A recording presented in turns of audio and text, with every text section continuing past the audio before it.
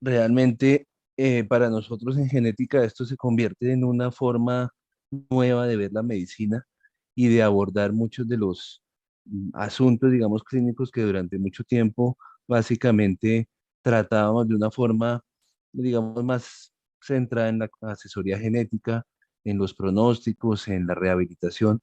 Pero recientemente con estos avances que nos han mostrado ya durante estos 2 días de evento, eh, podemos, digamos, plantear una nueva forma de enfrentar este tipo de problemas. Y digamos, además de destacar lo que significa tratamientos, digamos, específicos, como se mencionó en la última conferencia, muy interesante, que ya uno se está centrando realmente en lo que es personalizado. Me interesa también hacer unos comentarios de lo que significa para nuestro contexto, es decir, qué significa esto para un país como Colombia que ha tenido unos avances y unos desarrollos, pero que también tiene unas limitaciones no solo de orden presupuestal en términos de investigación, sino también de su sistema de salud. Esta es mi declaración de conflictos de interés. Y bueno, digamos que uno de los asuntos interesantes es empezar siempre con las definiciones. Las definiciones, hemos escuchado durante estos 2 días la, la palabra distrofia retinianas y realmente es interesante ver que es un término amplio, ¿no? Son un grupo de trastornos degenerativos de la retina con una heterogeneidad clínica y genética muy amplia. Eso para el genetista es absolutamente relevante porque pasar de un término como distrofia a un diagnóstico específico con un nombre particular y a su vez una base genética específica que incluso puede ser casi personalizada o incluso familiar únicamente, que nadie más tenga eso, es un largo trasegar en términos de diagnóstico, en términos de cómo abordar ese diagnóstico, cómo llegar a una definición que no se circunscriba a distrofias. Quienes trabajamos, digamos, en genética también conocemos la palabra en otros aspectos, distrofia muscular, por ejemplo, ¿qué es distrofia muscular? Un grupo de enfermedades. Que entonces lo que vamos a ir viendo es de presentaciones comunes como las que están allí mencionadas, que pueden ser parte de diferentes enfermedades o diferentes síndromes, que incluyen manifestaciones clínicas como cromatopsia, ceguera nocturna, anomalías de la visión periférica, progresión a ceguera completa.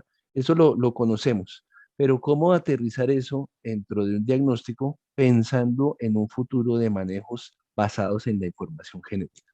Y ahí empiezo a destacar un asunto interesante. Esto no es un asunto del genetista, ni tampoco es un asunto del retinólogo o solo el oftalmólogo. Aquí te necesita entablar un diálogo muy grande, dado que la experticia que cada uno necesita tener en un área es lo suficientemente amplia y profunda para dedicarse a un tema y uno no puede abarcar el resto, de tal modo que ese diálogo se debe dar siempre.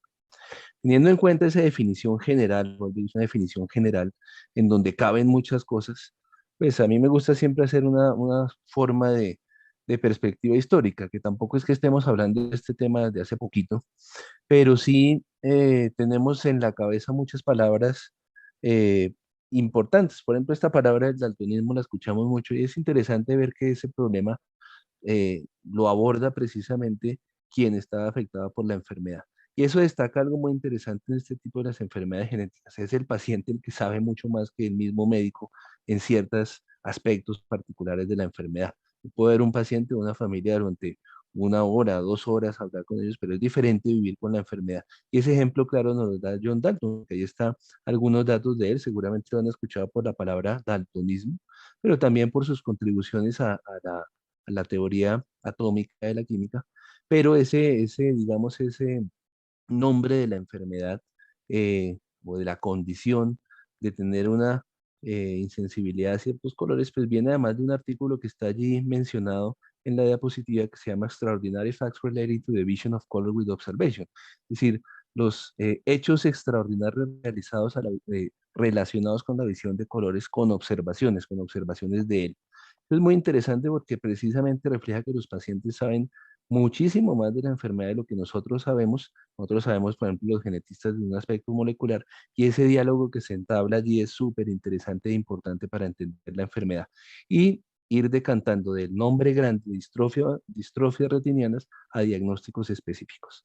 Él creía, como dice en la diapositiva, que el humor acuoso actuaba de una forma tal como una especie de un prisma, ¿verdad? Ustedes recuerdan, en esta época también se desarrolla mucho de precisamente toda esa física teórica, y pues un prisma que es lo que hace es componer la luz en diferentes longitudes de onda, y pues hoy sabemos que eso lo interpreta precisamente la retina y la corteza cerebral occipital en términos de colores. Él planteaba que era el humor acuoso el que tenía el problema, obviamente estaba equivocado, pero no tenía las bases fisiológicas completas para hacer esa determinación. ¿Qué es interesante también de eso? Que los ojos de Dalton se conservaron. Lo que están viendo ahí en la diapositiva en la parte inferior derecha son los ojos de John Dalton. Y hasta 1994 se escribió este artículo que se llama The Chemistry of John Dalton's Color Blindness, es decir, la ceguera de los colores que afectaba a John Dalton, ¿cuál era? Y eso es interesante porque precisamente refleja en cierta forma lo que le sucede a los pacientes. Pues a John Dalton le tomó mucho más de un siglo tener un diagnóstico molecular, pero desafortunadamente en nuestro medio también ocurre que hay un largo trasegar del paciente hasta tener un diagnóstico de orden genético, y veremos por qué es tan importante el orden del diagnóstico genético en esta situación. En el artículo describen las técnicas moleculares que se utilizaron, básicamente una digestión con enzimas de restricción particulares para unos genes. La pregunta es cuáles son esos genes. Dalton planteaba entonces que era un problema del humor acuoso, sabemos que no, que esa ceguera a los colores que lo afectaba tiene que ver con las opsinas, que son proteínas de membrana sensibles a la luz que modifican las propiedades físico-químicas propias del cromóforo de la retina. Y esos fenotipos ya los empezamos a aterrizar en descripciones muy particulares. La deutanaropia, por ejemplo, o esa ceguera al color verde. Hoy sabemos que es un gen particular, que es una opsina tipo 1, y se le coloca en la nomenclatura ese sufijo que está allí, que es MW. Eso quiere decir middle wave, onda, longitud de onda media. Si lo comparamos con la protonopia, es otra opsina, la tipo 1, pero LW. ¿Eso qué quiere decir? Long wave, longitud de onda amplia o larga. Y ahí están las longitudes específicas en nanómetros. El diagnóstico molecular finalmente de John Dalton, lo que nos está diciendo es que él tenía una ceguera específica al verde. Y eso concuerda muy bien con lo que nos está diciendo su descripción del artículo. Entonces, esa descripción particular del artículo eh, eh, habla de lo que él sentía, lo que él describió, y, y básicamente nos lleva a determinar el por qué tenía una enfermedad en particular. Entonces, esa descripción particular de John Dalton, pues digamos, nos da una perspectiva interesante de lo que significa eh, la, la, la visión, digamos, de un paciente. Obviamente, esto es un paciente muy particular, muy conocido, digamos, por los medios. ¿Mm? Y esa visión particular, pues ya la tenemos en un diagnóstico molecular. Cuando, digamos, aterrizamos un poco estas visiones particulares de la enfermedad, también necesitamos hablar un poco de la epidemiología, para aterrizarlo en términos ya de saber qué es lo que ocurre con las personas que tienen esta enfermedad ya en términos poblacionales. La descripción específica, digamos, como la de Dalton que veíamos previamente, eh, en términos de la epidemiología, la tenemos aquí. La incidencia exacta, es decir, qué tanto afecta el número de casos nuevos en el tiempo, pues más o menos se puede calcular de esta forma. Sin embargo, como estamos hablando de un grupo de enfermedades, cada una de las particularidades o enfermedades particulares del grupo pueden tener unas frecuencias completamente diferentes. Las distrofias retinianas se calcula que más o menos una de cada 5.000 personas podría estar afectada, lo cual para nuestro medio en Colombia eh, es perfectamente la definición que se tiene de la enfermedad rara. Es decir, es una enfermedad rara que afecta de forma particular a un grupo de personas o familias. Pero si se aterriza en un diagnóstico particular, como en el caso de las cromatopsias o la insensibilidad o la ceguera de los colores completa, pues ya fíjense que la frecuencia es mucho menor. Ese es un caso interesante que, sumado a la dificultad de la descripción fenotípica, porque no es fácil hacerlo, y ya veremos que es una descripción además de anatómica o histopatológica, es finalmente un fenotipo funcional. ¿Cuántos pacientes están afectados? Es una de las formas, es algo de lo más complicado de poder calcular.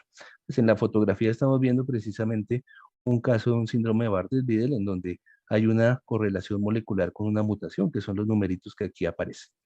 Eso también nos lleva a otro punto interesante que tienen que tenerlo en cuenta todo el tiempo.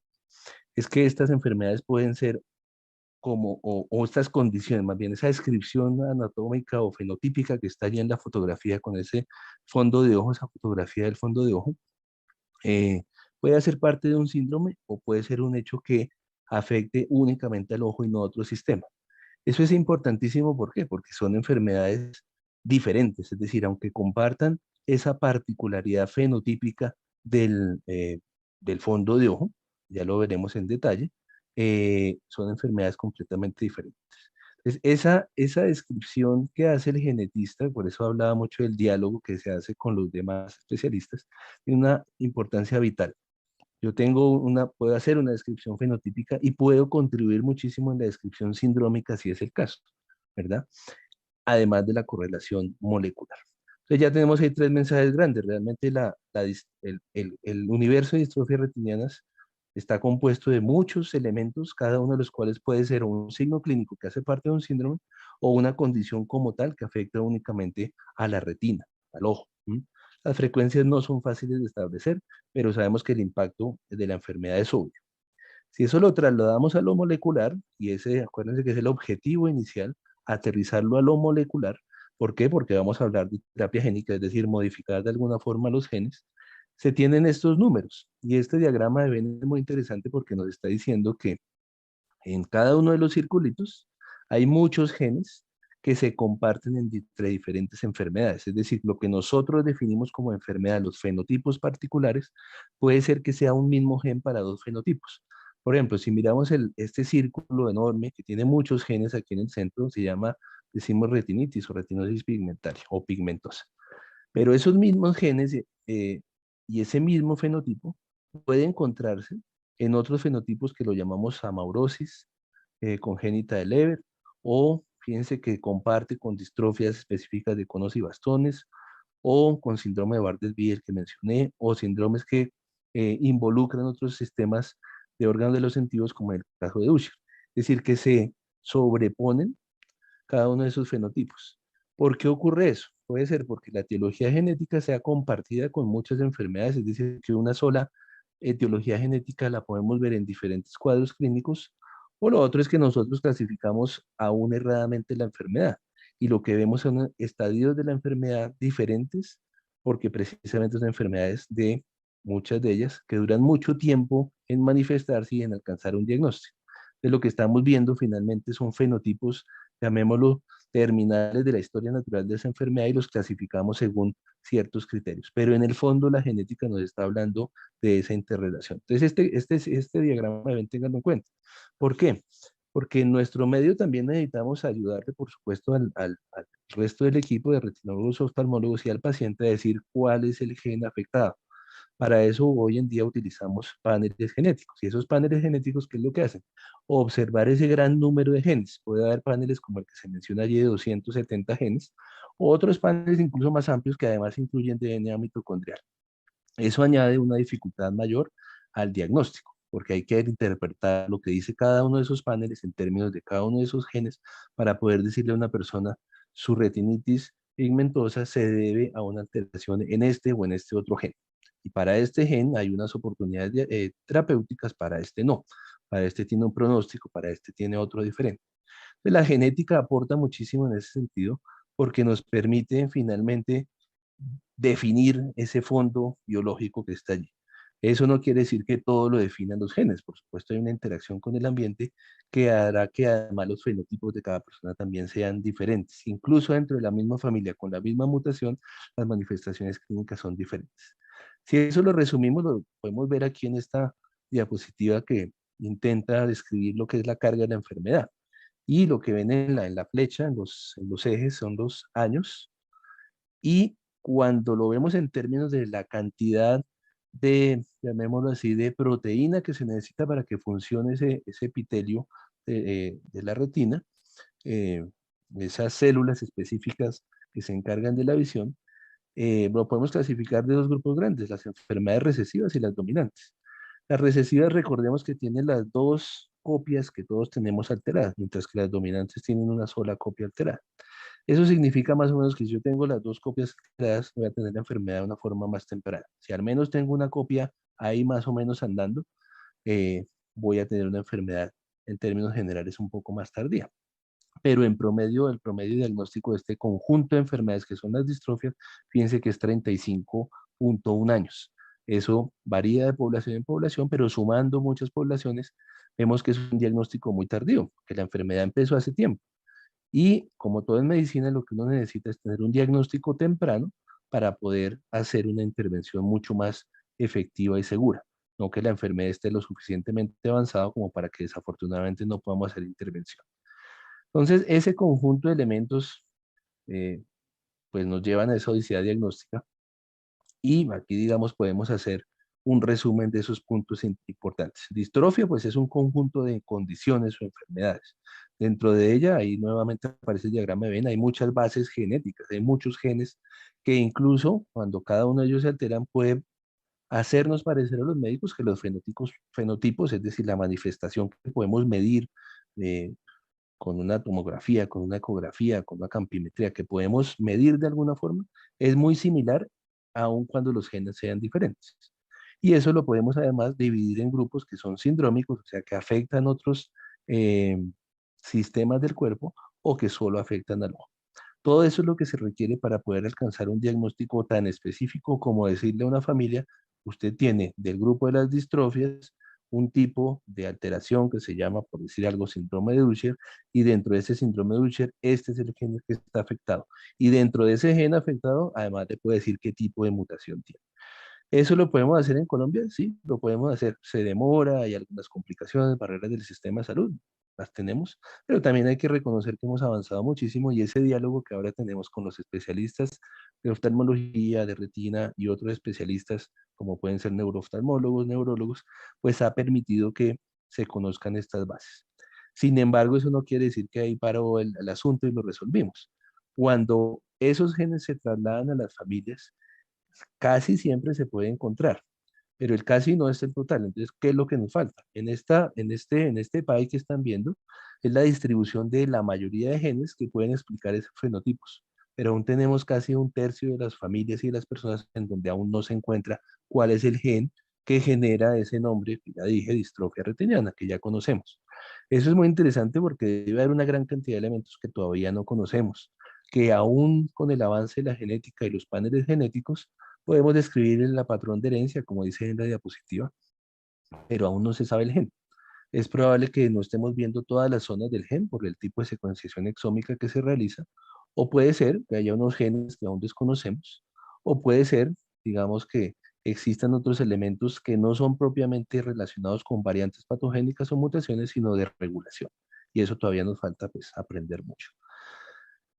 Entonces, resumiendo, digamos, esta introducción, es que tomando como modelo la RP, digamos que es el más representativo, pues si tomamos ese modelo como un fenotipo representativo, vemos que es una importante causa de discapacidad visual, afecta a millones de personas alrededor del mundo, pero hay que tener, vuelvo y digo, cuidado con ese número, porque puede ser mucho mayor, dado que acuérdense que el diagnóstico es alrededor de los 30, 35 años.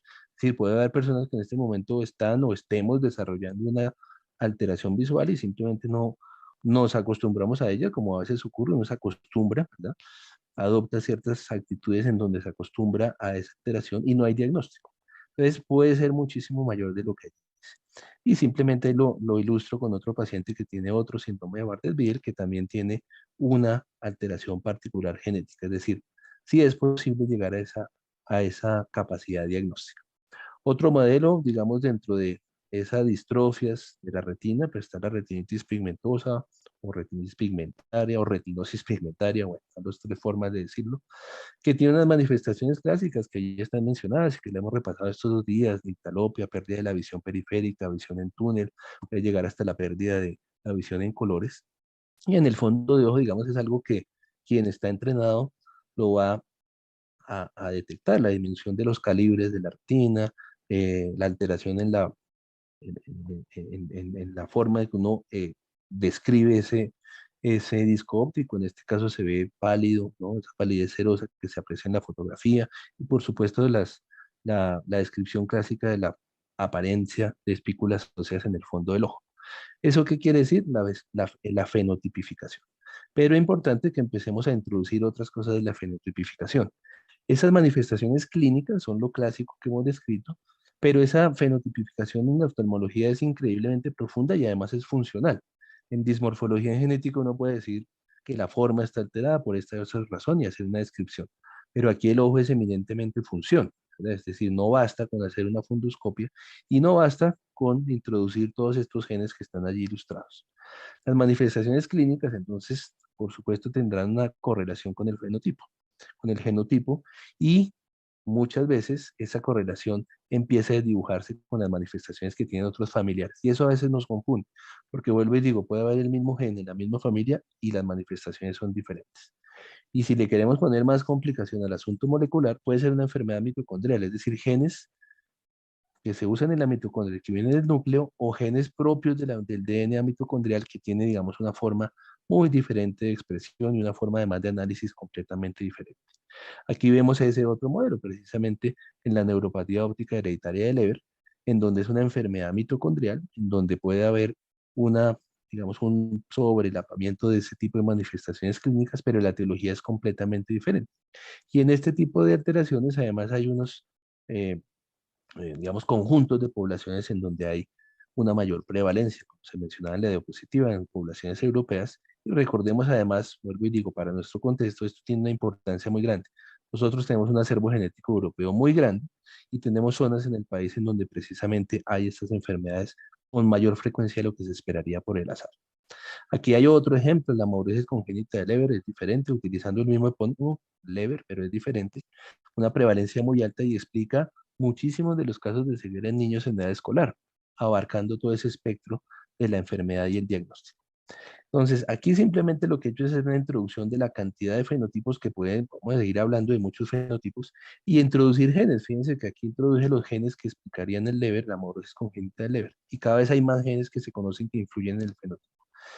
Eso significa entonces que tenemos esa capacidad de la manifestación clínica de la fenotipificación. La fenotipificación complementada además, como se ve aquí en la fotografía, con tomografía de coherencia óptica que permite ver alteraciones como esta cavitación en la zona foveal, pero que se tiene que relacionar hoy en día para llegar al tratamiento particular con todo lo molecular. Entonces, hoy en día, cada vez que vemos cualquier descripción de del fenotipo oftalmológico, funcional o anatómico, siempre va a haber ahí los genes. Fíjense que en este caso, para esta cromatopsia, que es la que está ilustrada en la fotografía, hay un conjunto de genes que podemos estudiar. Pues como vimos también en el caso de John Dalton, eh, es posible hacer esa correlación. Necesitamos también hacer otra cosa, y lo se mencionó en la conferencia anterior, que es muy importante. No es solo conocer los genes, no es solo conocer los fenotipos, no es solo conocer la funcionalidad, sino la fisiopatología. En la parte de la izquierda ustedes están viendo una propuesta de fisiopatología general, donde la inflamación es importante, mediada precisamente por la producción de ciertos, digamos, proteínas que se convierten tóxicas para la propia retina, que aceleran además ese tipo de alteración que de base tiene un componente genético. ¿Por qué? Porque la intervención tiene que tener en cuenta también no solo restaurar función, sino además de tener otros componentes que pueden estar siendo, llamémoslo, tóxicos o dañinos o que alteren precisamente esa fisiología. Ahí es cuando llegamos a la terapia génica, es decir, si lo que queremos es restaurar la función, pero tenemos momentos de diagnóstico tan amplios, pues fíjense que tenemos un problema muy importante, porque en qué momento es que yo tendría que detectar la enfermedad para que pueda restaurar la función, porque de otra forma tendría un ojo completamente dañado, alterado, y aun cuando tuviera algo tan sofisticado como la terapia génica, pues no podría hacer mucho dado que hay un daño ya irreversible. ¿Qué es la terapia génica entonces? Hay definiciones, digamos, llamémosle de diccionario, que surgen principalmente de las agencias regulatorias. Aquí una definición de la FDA que dice que es un conjunto de la administración de material genético transferido al huésped a través de algo que se llama un vector. Ese vector puede ser un virus, ya nos han contado en estos días también muchas aproximaciones de este tipo. Es decir, yo tengo recuerdo lo anterior de la introducción. Yo ya sé cuál es el gen alterado dentro de ese universo de las distrofias retinianas, ya sé cuál es el gen. En teoría debería poder reemplazarlo si lo soy capaz de llevarlo a través de un vector. La Agencia Europea del Medicamento tiene una definición relativamente diferente a la de la FDA, pero básicamente es lo mismo. ¿Cuál es ese vector? Y eso es muy importante empezar a decirlo. ¿Y cuál es el propósito de ese reemplazo? Se ha planteado en otras enfermedades, como aquí está descrito en esta diapositiva, en fibrosis quística o en hemofilia, en donde parece muy lógico pensar que si a un hemofílico le falta un factor de coagulación, pues yo le mando el gen al hígado para que haga el factor de coagulación. Pero en la fisiología del ser humano, uno inmediatamente también piensa, bueno, pero ese hígado y ese organismo se acostumbraron, entre comillas, a vivir sin ese factor de coagulación. ¿Qué pasará si yo le introduzco un gen que ese organismo, ese sistema vivo, ese ser humano no lo tenía de nacimiento? Y esa es una de las preguntas fundamentales que se hacen tanto para la introducción del gen como lo que puede alterar o llegar a alterar precisamente el vector. Y el vector viene a ser completamente relevante, como se ha mencionado. Es decir, el camioncito que va a llevar ese gen al tejido específico es ese vector. Y los vectores que se han utilizado son estos, hablando por supuesto en el mundo de la oftalmología. Los adenovirus asociados, que de los cuales hay muchos. Adenovirus ya los conocidos hace mucho, nos producen básicamente gripas, ¿verdad? Y eso es importante, porque si uno está en contacto con los adenovirus durante toda su vida, es probable que monte una respuesta en contra de ese adenovirus y cuando me vaya a dar una terapia, es posible que yo monte también una respuesta en contra de ese propio adenovirus, que en ese caso no me va a hacer una infección, sino que me va a traer un gen que me interesa para restaurar la visión en este caso, o como pueden ver ahí en la diapositiva, hay diferentes adenovirus que actúan en diferentes tejidos. ¿Sí? Cardíaco, hígado, etcétera. Y ya tenemos otro componente, sabemos el gen, que hay que llevarlo a donde se necesita y hay que llevarlo en un camión especial que se llaman los vectores. Ahí están nombrados algunos que se utilizan el sistema nervioso central y retina, es decir, que son neurotrópicos, es decir, que les gusta ir a esos tejidos. ¿Qué se hace con esos genes? Con esos adenovirus. Quitarle los genes que lo vuelven un agente infeccioso y ese espacio, es decir, esto que dice aquí REP, cápside, replicación, etcétera. Todos esos genes que no nos gustan del virus, los reemplazamos con el gen de interés y ahí introducimos el gen que va a reemplazar la función. Inmediatamente ahí se entiende por qué es que se necesita saber del universo de las distrofias retinianas cuál es el gen particular que afecta a esa persona para ponerle el apellido de la enfermedad, pero además para que tenga una oportunidad terapéutica al introducir el gen particular y no otro, no es cualquier gen. No hay un gen de las distrofias retinianas. Acabamos de ver que hay más de 300 genes que hasta el momento se describen. Importante para, digamos, la concepción del tema de terapia génica es que en oftalmología hay un gran avance. ¿Por qué? Porque el ojo pues, es un órgano muy especial, muy particular. Eh, en cierta forma es que se ha llamado un santuario inmunológico. Tiene una serie de componentes anatómicos que más o menos lo pueden aislar del resto del sistema, a diferencia de otros órganos. Y podría, digamos, en cierta forma manipularse esa santuario inmunológico con la terapia génica sin que el organismo, sin que el cuerpo reaccione en contra de ese ojo. No quiere decir que eso sea 100%, pero es un órgano que llamémoslo aislado en ese sentido. Segundo, es relativamente fácil llegar a él, ¿no? Es relativamente fácil intervenirlo. Y sabemos además que hay enfermedades de un solo gen que afectan al ojo. Por tanto, tenemos tres componentes importantes. Es que la inmunología no nos preocuparía tanto, aunque nos preocupa, ya veremos un poquito por qué. Es fácil acceder al órgano blanco, es decir, donde quiero llevar con mi camioncito el gen de interés, y hay enfermedades que afectan a ese ojo con un solo gen. Por tanto, la terapia génica tiene sentido porque llevo ese gen de interés. ¿Cómo es que se accede? Pues ya nos mostraron además también en la presentación anterior, muy interesante, cómo es que se accede allá al ojo. Pues con una inyección, ¿verdad? Y se podría acceder al humor vitrio directamente o a una inyección debajito de la retina, subretiniana o supracoroidea. Hay diferencias en la expresión de anticuerpos, es decir, la defensa que monta el cuerpo en contra de esos adenovirus que llevan el gen de interés. Y es mucho mayor en la intravítrea porque esta, por supuesto, tiene mucho más contacto con la vasculatura, digamos, general del cuerpo, versus sitios específicos como la retina. Entonces ahí vemos la ventaja también que tenemos en relación al ojo, que es un órgano de fácil acceso, no vamos a tener una respuesta inmunológica tan alta como la tendríamos en otros órganos, como sucede por ejemplo en el caso del planteamiento de la hemofilia, y además sabemos el gen y sabemos cómo llevarlo con ese adenovirus particular. La pregunta que sigue es, bueno, ¿y eso es teórico o es solo en estudios o ya ocurre? y ya ocurre. Esto simplemente es una lista de los estudios, algunos estudios que empezaron hace ya varios años y que llevan años reclutando pacientes para tratar formas particulares de esas distrofias. En el caso de la cromatopsia, que ya lo vimos antes, ahí están nuevamente los genes que veíamos previamente y ya están los estudios, unos en marcha, incluso algunos ya terminados, en donde hay resultados, ¿verdad? Este simplemente es un ejemplo de un artículo que es del 2020, en donde, como en todos los estudios, lo que uno quiere saber es si esto es seguro y no va a dañar más el ojo. En este caso, precisamente, dada la condición particular, hay cierto grado de inflamación y luego de llevar ese camioncito con el gen de interés hasta la retina, ¿sí? Una inyección subretiniana, es decir, cerca al órgano blanco, lo que se ve es que no hay mayor engrosamiento, no hay mayor inflamación y que incluso hay respuesta por parte del paciente de una forma clínica. Entonces, siguiente paso ya es que esto no dañe más el ojo, es decir, que sea seguro. Y por supuesto, continuar con que sea eficaz en términos de restaurar la función, en el caso pues, de la cromatopsia, restaurar la sensibilidad de los colores, o en otros, pues mejorar la mejor capacidad visual corregida. Esto es un ejemplo de otros estudios que están en este momento activos reclutando pacientes. Como se ve en el mapa, pues ellos están, digamos, desafortunadamente muy localizados en Europa y en Estados Unidos. Ojalá en Colombia muy pronto podamos tener estudios de este tipo. Para enfermedades tan complejas como la enfermedad mitocondriales que mencioné antes, como el LON o la neuropatía óptica hereditaria de Leber, ¿existen estudios? También existen estudios. Es decir, hay muchas formas del mismo planteamiento, pero en todos ellos lo que destaco es que, fíjense en la diapositiva, se sabe el gen, la mutación, porque lo que quiero es reemplazar, entre comillas, ese gen que está alterado. Aquí otro el artículo referente a LON, en donde de forma temprana se detecta la enfermedad y se inicia esa terapia génica con, fíjense que en este caso es una inyección de terapia génica intravítrea.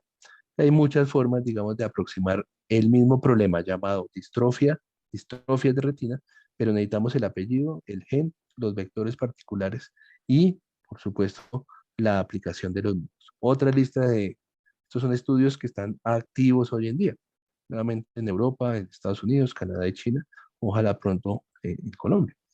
Para otras condiciones aún más complejas que incluso a veces se ven también en los síndromes, como la retinosquisis, tiene una base genética particular. Nuevamente destaco es que lo que hay que tener es el gen, saber qué gen es el que está allí, cuál es la alteración y, por supuesto, confirmar ese diagnóstico para llegar a esto. ¿Sí? Eh, virus, adenovirus asociados, eh, como los camioncitos o vectores que llevan ese gen para la terapia particular. Esta tabla, ¿qué es lo que es? Fíjense que está la descripción de todos los genotipos de esos pacientes y que a pesar que tienen diferentes mutaciones, como sabemos el gen, pues es posible para cada uno de esos participantes, que son los que están en estas figuras aquí, eh, seguirlos uno a uno. Y además interesante que los oftalmólogos obviamente lo saben muy bien, uno puede tener su ojo, un ojo tratado y el otro es el ojo de control. ¿Sí? Entonces puede tratar incluso más ojos que pacientes. Por supuesto hay dos ojos. Y eso se ve en estos diseños, lo cual además es un reto para nosotros en un futuro, que ese tipo de diseños son bastante complejos. Pero en términos de genética es el mejor control posible, porque es un ojo que está tratado versus el otro ojo que no está tratado y genéticamente son iguales. Entonces esa comparación es muy interesante en estos artículos y en muchos de ellos pues finalmente cuando hay éxito o por lo menos una demostración de eficacia mínima pues se trata el otro ojo. Aquí hay otro ejemplo de la amaurosis congénita de Leber. En la fotografía de la derecha están viendo es cantidad de fenotipos diferentes que todos comparten el término de distrofia retiniana, pero con diferentes genes, ¿no? Es una amplia heterogeneidad genética.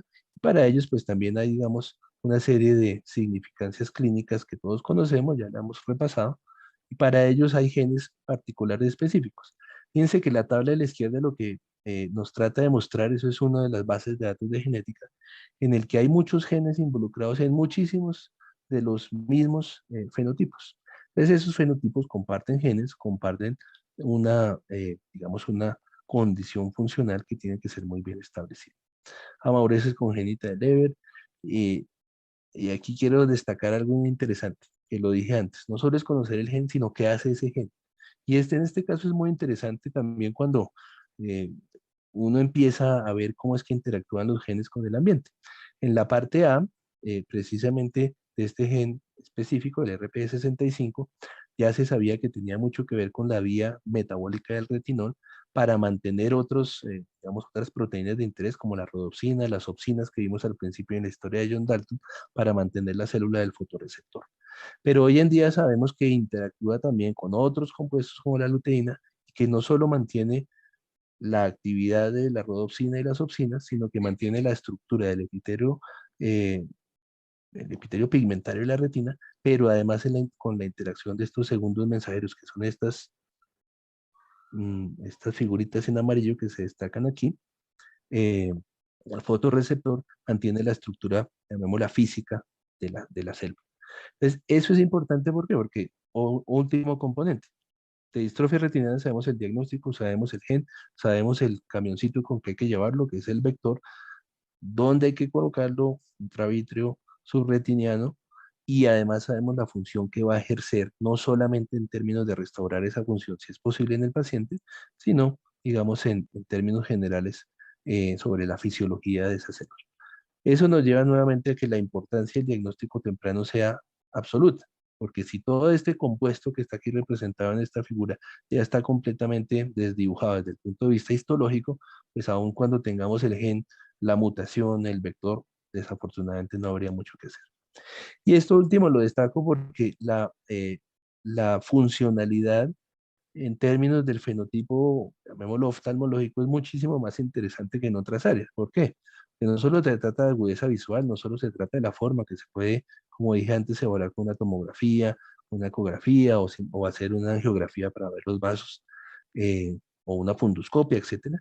Pero lo que significa finalmente para la persona es qué tanto yo puedo movilizarme. En este tipo de test, por ejemplo, lo que se hace es básicamente que la persona con diferentes grados de luminosidad pueda sortear, llamémoslo así, un laberinto. ¿Sí? Y lo que vemos en este caso, por ejemplo, lo que se ve a la derecha, es que una vez aplica cierto tipo de terapia génica, la persona mejora en esa capacidad de resolver ese asunto, que finalmente es lo que hace uno en la casa. En la casa uno está a oscuras y va a un sitio a otro con ciertos grados de luminosidad. En la nictalopia, ¿qué es lo que ocurre? Pues que yo tengo una ceguera nocturna. Y este tipo de pruebas, entonces, en un futuro, para nosotros, en investigación, va a ser unos retos interesantes, porque ya la fenotipificación que tengo que eh, correlacionarla con los genes va a tener un grado de complejidad como el de este tipo. Y eso es muy interesante, vuelvo y digo, porque son los fenotipos funcionales los que finalmente le sirven al paciente. Si yo puedo sortear el laberinto, entre comillas, de mi casa o las actividades que tengo que hacer con diferentes grados de luminosidad. Esos son los retos, digamos, que vamos a tener no solo en investigación, sino cuando eventualmente tengamos la disponibilidad de estos tratamientos, porque lo que vamos a tener precisamente es esa necesidad, vuelvo y digo, de que tenemos hoy en día la forma de llevar los genes, pero necesitamos saber el diagnóstico, necesitamos saber el gen, el tipo de enfermedad y fenotipificar no solo en forma, no solo en el aspecto que podemos ver como diagnostas, sino en la funcionalidad, que es lo que finalmente le interesa al paciente. Últimos retos que menciono allí para terminar, ¿cómo serán los conceptos de farmacodinámica y farmacocinética en terapia génica? ¿Cómo vamos a administrarlo? ¿Quién lo va a hacer? ¿Qué tipo de entrenamiento necesita? ¿Cuál será la respuesta en términos de anticuerpos? Estamos hablando ya de una esperanza de curación de enfermedades monogénicas, eso se está hablando mucho en genética. La ventana terapéutica, es decir, el momento en que el paciente necesite, requiera este manejo debe ser muy particular. Vimos la dificultad que hay en el tiempo promedio de diagnóstico por ser una larga evolución de la misma. Bueno, muchísimas gracias por la atención y espero pues haber cumplido con sus expectativas. Atento a sus preguntas. Muchas gracias. Doctor Fernando, muchísimas gracias. Como siempre, una excelente charla. Como siempre lo he dicho, me encanta la claridad con que usted expone los temas y creo que fue espectacular porque resume lo que se ha dicho y lo que no se ha dicho en terapia génica, que es como uno de los puntos más interesantes y lo que más le ha llamado la atención a nuestros pacientes. Yo no veo preguntas en el chat, pero tal vez es un tema difícil, entonces no hay preguntas, pues yo sí tengo varias cosas que los pacientes me han transmitido, las personas afectadas.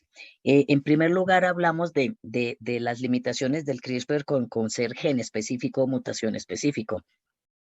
Entonces la persona pregunta, bueno, ok, si lo mío no va a ser un CRISPR o se puede demorar, ¿qué espero, no? ¿Qué viene? Ujú. ¿qué puede haber después? Entonces, ¿qué se le ocurre pensar o proponer, decirle Claro, a la gente? sí, digamos que yendo paso a paso, digamos, previo a la propia edición de genes, pues estaría la terapia génica, pero a su vez la terapia génica está específica para cierto gen o ciertos genes y además en ciertas mutaciones. Gran parte de eso tiene que ver con que aún se desconoce específicamente el papel particular que tiene una u otra mutación en una enfermedad que la llamamos, vuelvo y digo, leve. Es decir, Ujú, ahí lo que finalmente nos está demostrando es nuestra incapacidad, o sea, me refiero a los médicos, de poder clasificar y hacer, digamos, algo muy específico para cada gen, para cada mutación e incluso para cada persona. Entonces, eso es una limitación que hasta hace 15 años ni siquiera entendíamos, pero hoy por lo menos la entendemos y se está superando en algunos casos. Que vuelvo y digo, hay terapia génica para ciertos genes y ciertas mutaciones. Eso tiene que ver con la última dibujito que puse sobre qué tiene que ver ese gen con el metabolismo de la rodopsina. Eso hay que entenderlo primero, porque además, y eso es muy importante tenerlo en cuenta, fíjense que no es lo mismo tomarse un captopril, que es una molécula pequeña, versus meterse un gen en el ojo y esperar que todo funcione. Es una complejidad de la retina, pues, muchísimo mayor. Y si damos el siguiente paso, que es editar genes, es decir, cambiar las métricas de los genes, pues digamos, también es cierto que hay que actuar con cierta prudencia porque no sabemos cómo puede afectar tanto al gen de interés como a otros. Es importante recordar que los genes no actúan solos. Llamamos enfermedades monogénicas porque se heredan con un solo gen y un solo gen es el principal responsable, pero ningún gen en el cuerpo humano actúa solo. Entonces, el siguiente paso, digamos, en términos de terapéutica, claro, la edición de genes, pero realmente el paso que sigue es conocer la fisiopatología, es decir, el efecto que tiene cada mutación en cada gen, en cada individuo. Eso es lo que llamamos medicina personalizada. Eso le añade mucha complejidad y probablemente prolonga un poco más los tiempos de tratamientos efectivos, pero también hay que tener en cuenta que, vuelvo y digo, hace 5 años hablar de esto era ciencia ficción, hoy fíjense que hoy lo tenemos. Sí, no, es que eso es bien interesante y ahí viene un problema más complejo que es, como usted bien lo decía, cuando un mismo gen produce varios fenotipos. Ahí Ujú, sí vamos a tener problemas, pues porque encontramos una determinada mutación y resulta que puede ser RP, Stargardt, o incluso uno ve en ujú. las mismas familias como también hay, por ejemplo, degeneración macular relacionada con la edad, ¿no? Claro. Entonces, ¿ahí qué haríamos? A futuro uno... eh, Mm, sí, tantos fenotipos. claro. Ese fenómeno es muy interesante y puede ser también parte de lo tardío que hacemos los diagnósticos, porque lo que estamos viendo es la manifestación final de muchas cosas que apuntan siempre a, vuelvo a digo, a nombres grandes, retinitis pigmentosa, ¿no? Porque lo estamos viendo tarde, ¿verdad? Eso tendrá que ver con otros asuntos que no son específicamente la genética, de las barreras, el retinólogo, etcétera, etcétera. A veces es un poco más fácil cuando hay antecedente familiar, ¿verdad? Pero esa fenotipificación no la tenemos. Creo que otro componente que no es estrictamente genético es que muchas veces no hay diálogos con los otros especialistas. Es decir, la fenotipificación es maravillosa cuando uno le llega al paciente con la tomografía, con la geografía, con el electrocardiograma y las campimetrías y otro montón de exámenes que a veces me dice, visto, yo no sabía que lo estamos haciendo aquí en Colombia. Pero eso es lo raro, eso es lo raro, ¿no? Entonces, muchas veces la fenotipificación que yo puedo hacer de forma, llamémosla temprana, con una fundoscopia tradicional y solo una angiografía, puedo decir, ah, esto se parece a esto. Pero cuando tengo las otras que son muy funcionales, digo, ah, es que era esta otra cosa. Y eso sumado a que, insisto en eso, ahí es la importancia del genetista, muchos casos pueden ser síndromes, ¿verdad? Que por la forma, digamos, en que trabajamos muchas veces los especialistas, pues yo veo solo el ojo y no veo al paciente, lo digo con todo respeto, porque también pasa al otro lado lo de genética, ¿no? Yo veo solo el gen y no veo al paciente. Y eso a veces hace que los diagnósticos tarden demasiado y finalmente eso es lo que nos confunde. Pues la doctora Tamayo lo ha visto en sus cohortes, que pacientes que tenían un diagnóstico hace unos años de tal cosa ahora resulta, mire lo que era, porque Ujú, se logró sumar todos los fenotipos más todos los genotipos. correcto. Hay dos preguntitas, doctor Fernando. ¿cuál sería el mejor panel o un panel disponible en Colombia que pueda diagnosticar el mayor número de patologías? Ah, esa es una muy buena pregunta y digamos, antes de responderla propiamente, aclaro dos cosas. Los paneles dependen hoy en día en parte, puede ser bueno o malo, pero es la realidad, de la casa que los oferta.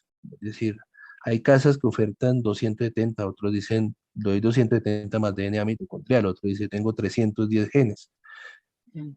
Cuando uno se pone a ver cada gen, hay genes que tienen mayor evidencia, para mayor evidencia me refiero científica, de explicar un fenotipo. Y hay otros genes que no tanto, pero han sido descritos. Puede haber un gen que, por decir algo, hayan visto un tipo de distrofia retiniana en una familia particular en Turquía, por ejemplo, y ese gen lo incluyen dentro de un panel. ¿Puede tener sentido eso o no? Hoy en día, digamos, para lo que vamos es que, y Colombia, además, vuelvo y digo, es un país biodiverso en términos genéticos, encontramos a veces cosas de esas. Preciso era igualito al gen que escribieron en Turquía o en Italia o en Finlandia. Entonces, eso, digamos, por un lado. Lo segundo es que la tecnología avanzando y es, entre comillas, lo digo guardando las proporciones, cada vez es más fácil analizar más genes, ¿verdad? Seguramente ya cuando salgan las lo que llaman o se llaman secuenciación de cuarta generación o de siguiente generación, ya no van a poder ir paneles ni exomas, sino genomas, ¿verdad? Y ahí viene la importancia de la descripción fenotípica, porque no es pedir el panel solamente, sino que hay otro ser humano allá al otro lado en el laboratorio que tiene que analizar los genes de interés para el paciente. Entonces la fenotipificación se vuelve importante. Entonces uno le manda el panel y le dice, si yo no le digo nada al bioinformático que analiza eso, él dice, pues, o sea, el paciente está enfermo, es lo único que sé, pero ¿qué es lo que usted quiere que yo analice? Tengo que ponerle, mire, es que tiene el fondo de ojo esto, esto, y yo pienso que es un Stargardt, yo pienso que es un Long, pienso que es un Leber, lo que sea, y eso sí le permite, aun cuando, independientemente del número de genes, poder aplicar algoritmos y un análisis de esas zonas de interés. Ocurre, por supuesto, que si utilizo un panel muy amplio de 270 genes como los que hay comercialmente, o más mitocondrial, puede que no salga nada. Pero ahí está el diálogo con el bioinformático, y decir, oiga, no salió nada, ¿por qué no miramos esta otra zona o qué otras técnicas pueden utilizar? Entonces, no es fácil decir este panel es mejor que el otro, sino es el panel y seguramente genómica más adelante, pero con la descripción fenotípica, porque si no, el pobre bioinformático tampoco va a saber qué buscar o cómo buscar. Correcto, y creo que acaba de tocar uno de los puntos más álgidos y más importantes y ciertos de esta problemática. Hay una última pregunta que dice, un ojo con ambliopía, aparte pues de tener la condición de ser un paciente con RP, ¿se podría aplicar terapia génica? Bueno, ese es de los problemas interesantes, porque digamos que en esa lucha de la ambliopía dice uno, bueno, hay ojos que ya no lo puedo recuperar, ¿verdad? Entonces, claro, y muchas, es decir, como le decimos a muchos a los pacientes con enfermedades genéticas, si tiene una condición genética, eso no le da patente de curso para no tener otras enfermedades. Uno puede tener vicios de refracción, ambliopía, hipermetropía, bueno, cualquier otras cosas. eh, eh, en los estudios, por ejemplo, algunos de los que mostré precisamente, se cuidan mucho, llamémoslo así, de que los criterios de inclusión, las personas no tengan ciertos vicios de refracción porque pueden alterar los resultados. Es decir, yo podría decir, esto no salió bien, pero es que lo que pasa es que es una persona miope, pues resulta que tiene una alteración visual ya de base diferente, que es un vicio de refracción y que no es una alteración de su retina. Y ambas cosas se ven en sus fenotipos. Entonces, si uno lo mira desde el punto de vista de los diseños de investigación, muchas veces son excluidos cuando son vicios de refracción muy severos, atrofias, etcétera, porque lo que yo quiero ver es que la agudeza visual se restablezca hasta cierta proporción, en cierta magnitud, sin que interfieran otras cosas. ¿Sí? Pero eso no quiere decir que en el mundo real, más adelante, precisamente una persona que puede tener una ambliopía por otra razón y después desarrolla alguna alteración del pigmento retinario, no pueda recibir el tratamiento. Eso es diferente. Una cosa son los estudios que solo quieren saber la eficacia y seguridad versus la vida real. Y lo más probable es que una persona que si tiene una ambliopía por otra razón, un vicio de refracción, lo que sea, y tiene esta alteración, si cumple usualmente lo que decíamos, el gen, la mutación, el fenotipo, va a recibir la terapia teniendo en cuenta que, pues obviamente, la restauración de la agudeza visual va a ser diferente dado que ya tiene de base un problema de reflexión, pero no sería, digamos, en términos generales, una exclusión para que no la pueda utilizar. Perfecto.